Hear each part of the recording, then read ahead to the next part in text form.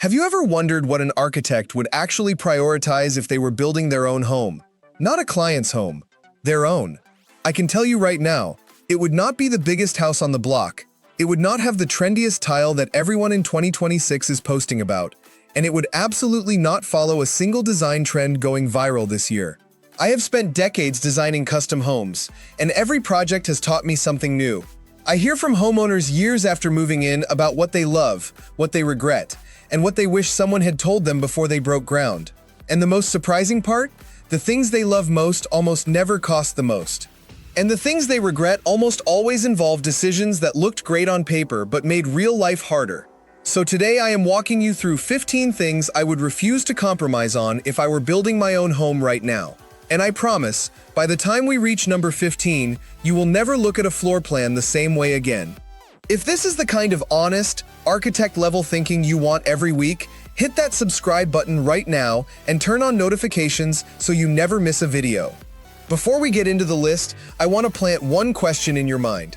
Of all 15 things I am sharing today, there is one that almost every homeowner I have ever worked with completely overlooked, and it ends up affecting their daily life more than anything else on this list. I will reveal exactly which one it is at the very end, but you are going to need to stay with me to find out. Number 1. Build for performance first. The first place I would spend my money has absolutely nothing to do with what you can see. Not the kitchen, not the bathrooms, not the tile. I would put the majority of my budget into the building envelope, which is everything that separates the inside of your home from the outside.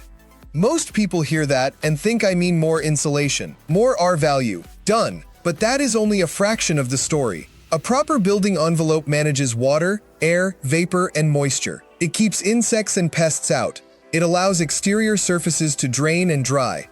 The best way to achieve all of this is through proper weather resistance barriers, eliminating thermal bridges, air sealing every assembly and penetration, and installing exterior finishes over a vented rain screen.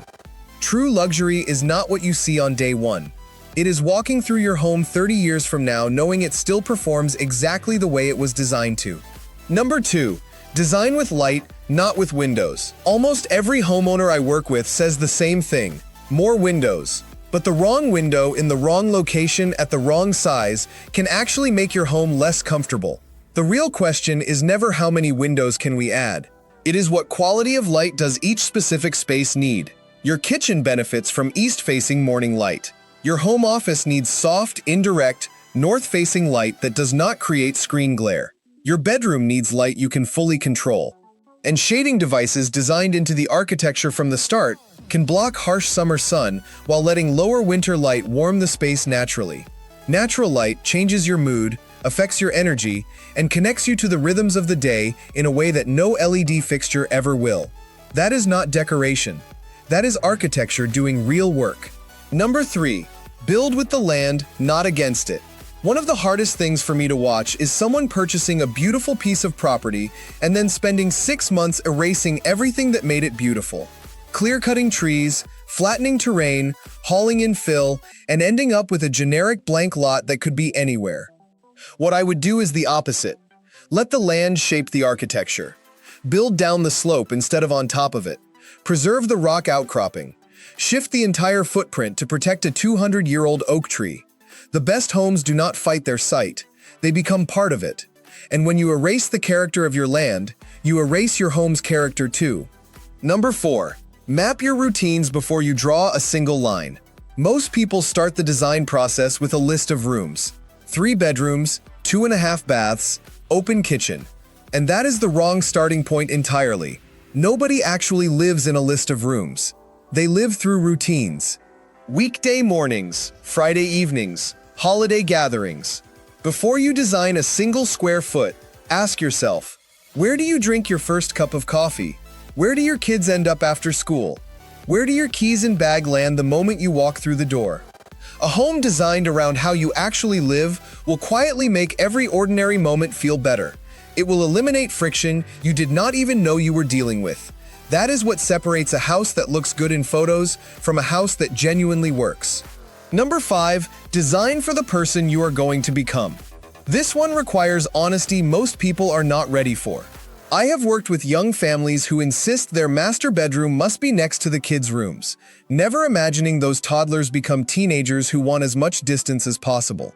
And I have worked with couples building their forever home who refuse to put a bedroom on the main floor because they cannot imagine needing one at 45. At 75, that decision might be a crisis. A few thoughtful choices during construction cost almost nothing and could change everything later. Wider hallways and doorways. A zero-threshold shower, blocking in bathroom walls for future grab bars. A main floor bedroom option, an area roughed in for a future elevator. Building these things in during construction is relatively inexpensive. Retrofitting them later is not. Plan for the person you will become, not just who you are today. Number 6. Use real materials. I will be direct. Fake materials, anything plastic, vinyl, or manufactured with an embossed grain designed to mimic something it is not, represent a choice I would not make in my own home. And beyond the aesthetic problem, the data we have in 2026 is clearer than ever. Many synthetic interior materials off-gas compounds that affect indoor air quality over years of exposure. Real wood, brick, stone, and metal breathe, age with dignity, and develop character over time. Yes, they often cost more. Yes, some require more maintenance. But they look better, perform better long-term, and are healthier for your family. A material that weathers naturally over 25 years will always be more beautiful than one that looks exactly the same as it did on day one. Number 7. Build a smaller home than you think you need. Even if I could afford a very large home, I would build something much smaller. Larger homes cost more to heat and cool. They take more time to clean and maintain. Extra rooms collect clutter or sit empty for months. And here is the part nobody says out loud. Oversized homes rarely bring families closer. They spread them further apart. I would design a smaller home where every room earns its square footage. Every space has a genuine function, and nothing exists just to impress visitors. Then I would take the money saved and use it on experiences, on travel, on the things that actually make life richer. A well-designed smaller home will always feel better to live in than a poorly designed larger one. Number 8. Give everything a place to disappear. Clutter is almost never the result of having too much stuff. It is almost always the result of not having a designated, hidden place for the things you use every day. Shoes at the front door, coats on the staircase, the vacuum in the corner, appliances stacked on the counter. The answer is intentional, purpose-built storage, designed from the beginning to keep everyday life invisible. A mudroom that actually functions. Kitchen storage organized around what actually lives there. A landing spot for your keys and wallet that is completely hidden from the main sightlines. When storage is planned with this kind of care, your home feels calmer and cleaner without changing its size at all. The difference is rarely how much storage you have. It is how thoughtfully it was designed. Number 9. Invest in the best windows you can afford. When budgets get tight, windows are almost always the first thing clients want to downgrade. Same size, still glass, who will notice? You will. Every winter, every summer. Every time you sit near that window and feel cold air radiating off the glass even when the heat is running. Here is something most homeowners never learn. Even the highest quality window available today will perform significantly worse thermally than the lowest quality wall assembly in your home. That is just physics. When you downgrade your windows to save money up front, you are agreeing to pay more for heating and cooling every single year you live in that house. And when those cheaper seals fail and the glass fogs in a few years, your replacement costs will erase everything you saved. Cut costs somewhere else. Do not cut the windows. Number 10. Design for acoustic comfort.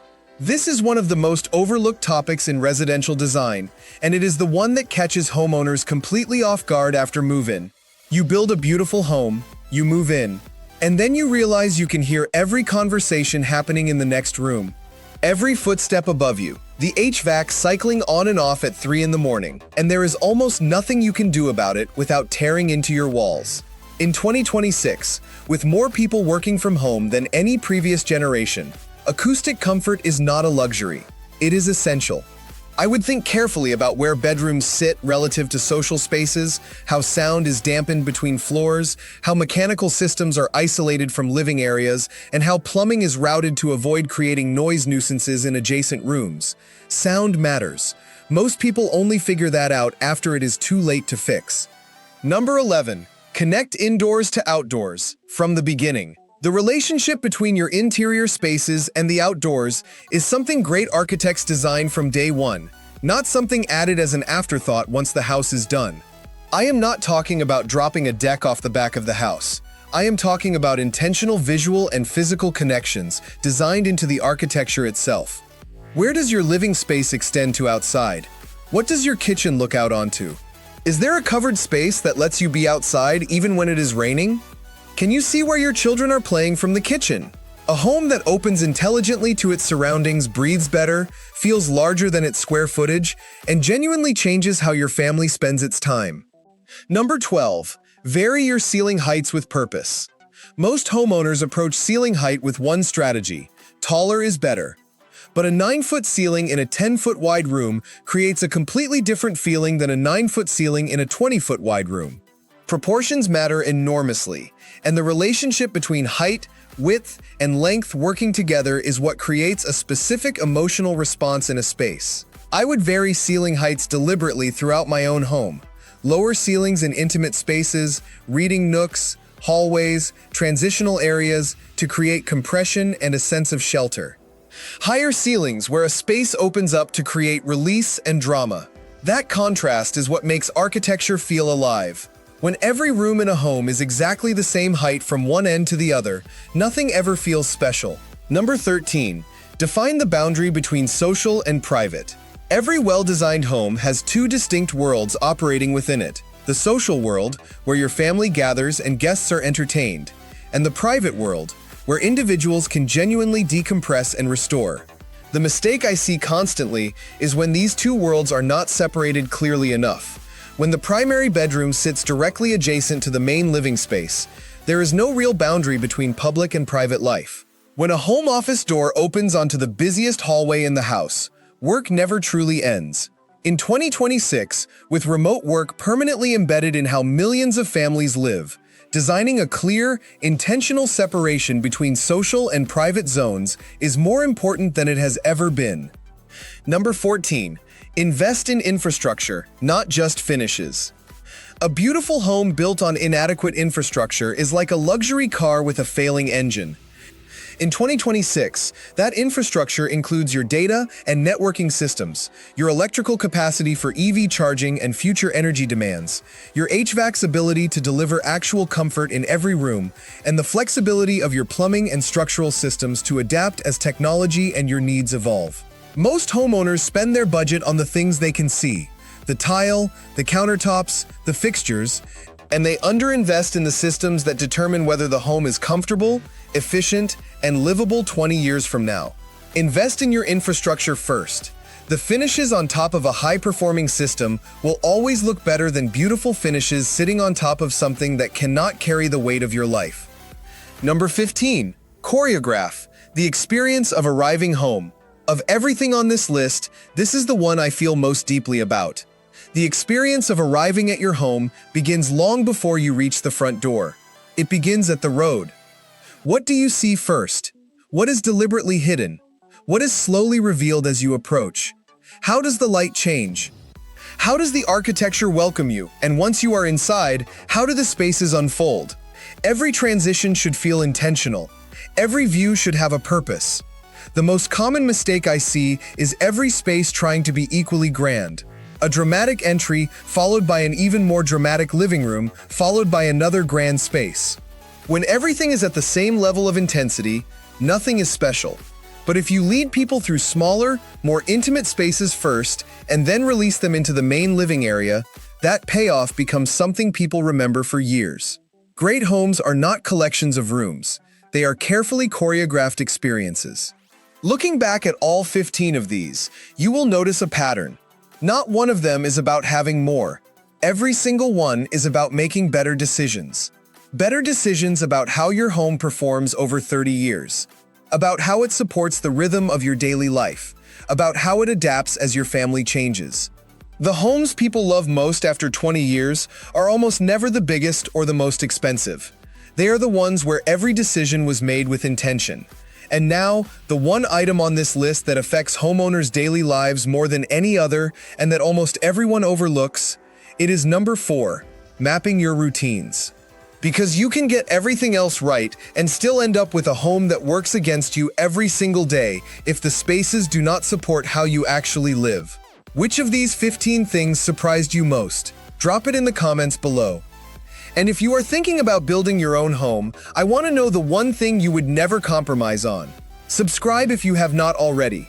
We are here every week with real, honest content for people who want to build smarter. Thank you for watching all the way to the end.